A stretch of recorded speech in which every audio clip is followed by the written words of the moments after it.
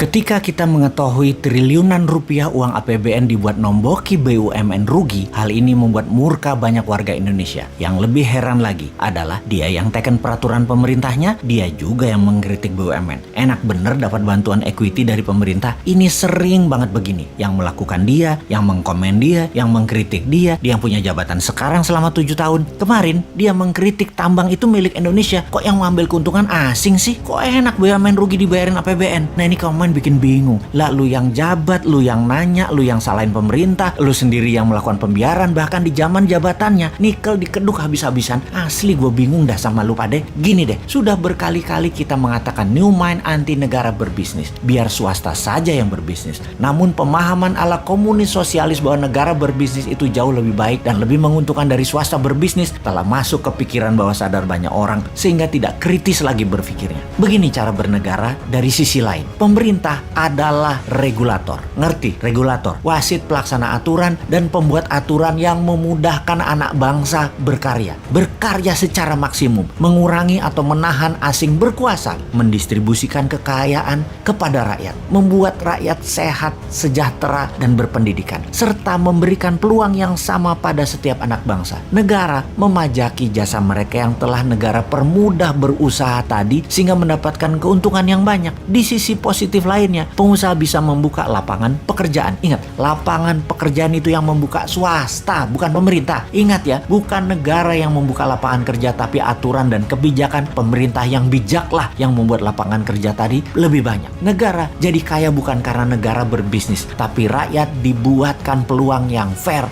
yang sama, sehingga yang pinter, yang rajin, yang hemat, yang santun, yang sukses. Bukan yang jabat, yang korupsi, yang memanfaatkan jabatan, yang kaya. Atau bukan pengusaha yang main dengan pejabatnya yang nambah kaya karena merubah peraturan. Sama, politikus adalah pengawal pemerintah, membuat undang-undang yang melincahkan pemerintah untuk membantu rakyat. Yang terakhir, fungsi kontrol serta administrasi pemerintah saat ini acak kadut. Sudah 7 presiden tidak rapih, lemah, dan banyak bolongnya. Ditambah PNS yang one prestasi, yang tidak taat, yang nakal, tidak bisa dipecat. Itu aja urusan pemerintah dan politikusnya. Jangan berbisnis. Bisnis dan usaha itu ranah swasta, ranah rakyat yang tidak memiliki jabatan. Jadi kembali ke BUMN, bahwa jika apple to apple membandingkan bisnis pasar bebas, BUMN sudah keok sejak dulu. BUMN itu dilindungi peraturan dan diberikan banyak kemudahan, tapi tetap nggak jalan dengan bagus. Ya, memang nggak bisa berbisnis, tidak humble si pejabatnya. Rakyat jadi pasarnya BUMN, modalnya dari pajak rakyat. Keuntungannya terbanyak hanya untuk segelintir orang pejabat dan komisarisnya saja. Jadi ketika diumumkan salah satu BUMN rugi 90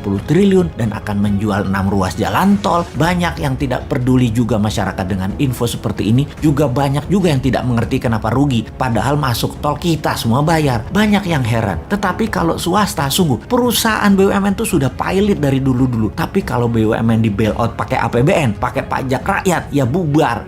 Rakyatnya tetap masih percaya loh BUMN itu penting. Kok bisa ya? Dikira kalau swasta kaya negara miskin gitu ya? Padahal sebaliknya, kalau swasta kaya, negara menjadi sangat kaya. Tiongkok itu kaya swastanya. Di luar negeri untuk mencaplok ekonomi negara lain baru pakai BUMN Tiongkok. Jadi BUMN Tiongkok tuh pahlawan devisa. Swasta Tiongkok main di dalam negeri dan yang bermain di luar negeri itu BUMN. Kita lanjut. Ketika flag carrier airline kebanggaan nasional Garuda Indonesia sebelum Covid saja sudah keok, ditambah PPKM sekarang dengan macam-macam aturan membuat traveler berkurang hingga lebih 50%. Sekarang kemungkinan gagal restrukturisasi semakin besar. Nama kebanggaan Garuda akan jadi pelita air melindungi diri dari tuntutan investor, di mana sebentar lagi APBN juga yang akan bayarin. Pastinya saat ini banyak lagi daftar BUMN yang merugi dan memiliki hutang yang menumpuk sangat besar. Bahkan aset jaminannya kalau diambil lender atau diambil investor, maka aset tersebut pasti jadi milik asing. Kembali mengingatkan di zaman jual BUMN dan perusahaan murah di tahun 2000-an, efek resesi ekonomi tahun